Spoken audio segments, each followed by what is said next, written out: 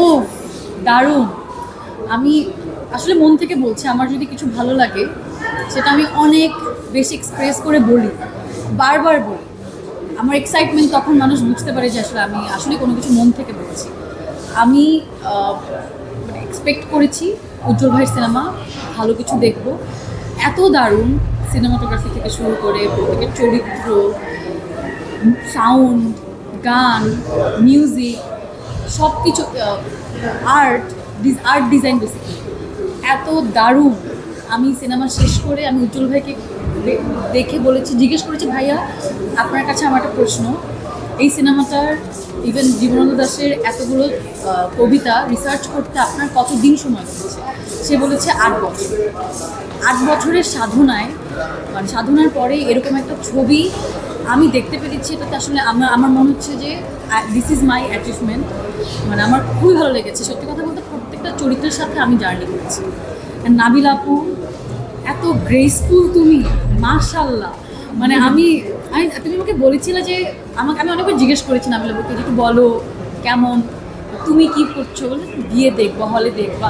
না আমি তো তেমন ভালো অভিনয় করিই না, এটা বলেছি আমি। হ্যাঁ আমি ভালো করি না। আমি বললাম এইটা একটা ভালো আর্টিস্টের লক্ষণ যে তার নিজের অভিনয়কে পছন্দ করে না কখনো। তার মনে হয় যে সে আরও ভালো করতে পারে, বা একজন ভালো আর্টিস্ট সে তার অভিনয় থেকে ভুল বের করতে পারে। তো নাবিল আপু তেমনই। আমি বলেছিলাম তার মানে তুমি ভালোই করেছো, তুমি একটু ভালো করো, তুমি অনেক ভালো করেছো। মানে প্রত্যেকটা চরিত্রের সাথে তুমি নিজেকে যেভাবে ক্যারি করেছো, নাবিল আপু প্রত্যেকটা চরিত্রের সাথে যেভাবে নিজেকে ক্যারি করেছে, ওয়ান্ডারফুল। মানে আমি জানি না এরকম একটা, ইউ আর সো ব্লেসড যে তুমি এত সুন্দর একটা ফিল্ম তোমার ক্যারিয়ারে অ্যাড হয়েছে। আসলে উজ্জ্বল ভাই এত সুন্দরভাবে প্রত্যেকটা চরিত্রকে এঁকেছে, এত সুন্দরভাবে মানে পোট্রে করেছে, এত দারুণ। খায়রুল বাসার, জীবনানন্দ দাশের চরিত্রে একদম মানিয়ে গিয়েছে। মনে হচ্ছিল আমি ওনাকেই দেখছি। সোহেল মণ্ডলের কথা আমি আলাদা করে বলবো, মানে সে যখন স্ক্রিনে এসেছে আমার কাছে মানে মনে হচ্ছে যে এটা মানে আমি হয়তো ইন্টারন্যাশনাল কোনো পারফর্মারের অভিনয় দেখছি, এরকম মনে হচ্ছিল। খুবই ভালো, কস্টিউম থেকে শুরু করে মেকআপ সব কিছু প্রত্যেকটা চরিত্রের সাথে সবাইকে এত সুন্দর মানিয়েছে। মনে হচ্ছিলো যে পারফেক্ট কাস্টিং খুঁজে একদম এই সিনেমার সাথে মানে একদম পারফেক্ট কাস্টিংগুলো খুঁজে বের করেছে এরকম। আর আসলে আলাদা করে বলতে গেলে সিনেমাটোগ্রাফির কথা বলবো, দারুণ। আমার চোখ বারবার এরকম হয়ে যাচ্ছিলো যে ওয়াও ওয়াও। আমি হৃদয় সরকার ভাইকে দেখে বলেছি, ভাইয়া প্লিজ আপনি রেগুলার সিনেমা করেন, এরকম দৃশ্য আমরা দেখতে চাই সিনেমা হলে। বাংলাদেশের জায়গাগুলোকে, ইভেন আমি বরিশালের মেয়ে, আমাদের ব্রজমোহন যে কলেজ, বিএম কলেজ বলে থাকে, ওখানে জীবনানন্দ দাশের বাড়ি আছে, এত সুন্দরভাবে দেখিয়েছে আমি মুগ্ধ। মানে প্রত্যেকটা ফ্রেম, আর্ট ডিজাইন এত সুন্দর, চমৎকার। আমার মনে হয় যে আই এম লাকি যে আমি 2026 সালে এসে আমি এরকম একটা সিনেমা দেখতে পেরেছি। অ্যান্ড আমি কিছুক্ষণ আগে জানলাম যে এই সিনেমাটা অনুদানের ছবি। এরকম ছবি আসলে অনুদানের ছবি হওয়া উচিত। মানে এরকম ছবি আমি উজ্জ্বল ভাইকে বলেছি, ভাইয়া প্লিজ আপনি সিনেমা বানান, এরকম আর্ট ফিল্ম আমাদের বাংলাদেশে হওয়া দরকার, এরকম দেখতে চাই। বিকজ আমাদের মানে আমার বয়সী যারা, হয়তো আমি নিজেও সত্যি কথা বলতে বনলতা সেন কবিতাটা পড়িনি, বাট আমার কাছে মনে হচ্ছিলো পুরো সিনেমা জুড়ে আমি জার্নি করেছি। আমি যা জানি না আমি তা জানতে পেরেছি। জীবনানন্দ দাশের যে একটা অল্টার ইগো সোহেল মণ্ডলকে ওই চরিত্রকে দেখিয়েছে মহিনের, এত দারুণ। আমি জানি না এত ক্রিয়েটিভলি কীভাবে একটা ডিরেক্টর এত সুন্দরভাবে দেখাতে পারে। আই এম সো এক্সাইটেড যে সবাইকে জানানোর জন্য। প্লিজ আপনারা হলে এসে বনলতা সেন দেখবেন, খুবই খুবই দারুণ, মন থেকে বলছি। আমিও আসলে সত্যি কথা বলতে এখন বনলতা সেনকে খুঁজছি, কে বনলতা সেন। এইটা একটা মানে জার্নি, একটা ঘোর।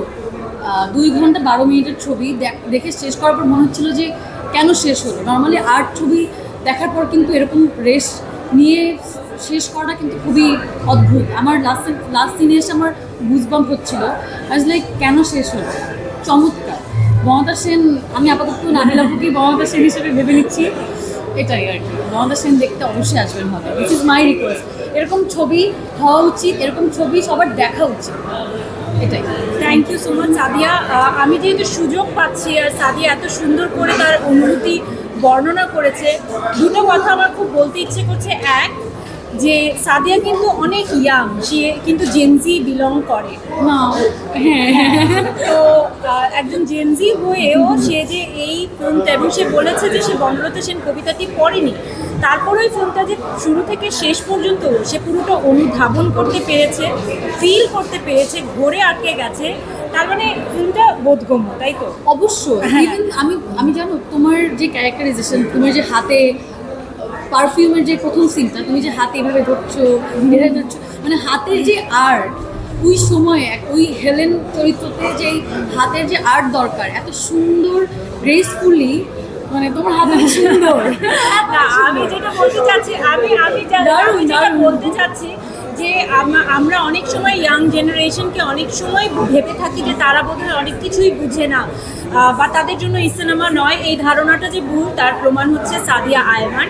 এবং আরেকটা জিনিসও বলতে চাচ্ছি যে আমাদের কিন্তু আশপাশে অনেকের মধ্যে দেখা যায় যে কোথায় যেন একটা কার্পণ্য থাকে একজন আরেকজনের প্রশংসা করবার ক্ষেত্রে, সেখানে সাদিয়া আয়মান যে এত ঘুষি মন খুলে প্রশংসা মানে করতে জানে, সেটা কিন্তু আমি তার চেয়ে অনেক বড়, কিন্তু আমি ভীষণ ইন্সপায়ার্ড তার এই বৈশিষ্ট্যে। Thank you so much. এই ভালো কাজের প্রশংসা মন থেকে চলে আসে। আমি কিন্তু অনেক এক্সাইটেড, আমি হয়তো বা এখন অনেক গুছিয়ে বলছি এরকম, বাট আমি প্রত্যেকটা আর্টিস্ট যারা আছে আমি ক্রুকে কিন্তু ধরে ধরে মানে আরো বেশি এক্সাইটমেন্টে এটাই হচ্ছে সবচেয়ে মানে একটা বড় মনের প্রকাশ। ও আমি আসলে অনেক আর্টিস্টের নাম বলতে ভুলে গিয়েছি। এখানে নাজিবা বাসার অভিনয় করেছে, মাইমুনা মম অভিনয় করেছে, প্রিয়ঙ্কা উর্দু অভিনয় করেছে, সোহেল মন্ডল, খায়রুল বাসা, নাবিলাপুর কথা তো আর মানে নতুন করে বলার কিছু নেই। প্রত্যেকটা চরিত্র খুবই সুন্দর। মম আপুর একটা সিন ছিল যেখানে ঘুমিয়ে আছে চারপাশ সাপের মতো, এত সুন্দরভাবে মানে একটা সিন ডিজাইন করা যায়, মানে শি লুক বিউটিফুল। আমার খুব ভালো লেগেছে প্রত্যেকটা চরিত্র beautiful, pure art, this is a pure art. মুগ্ধ আমি, সত্যি। Thank you.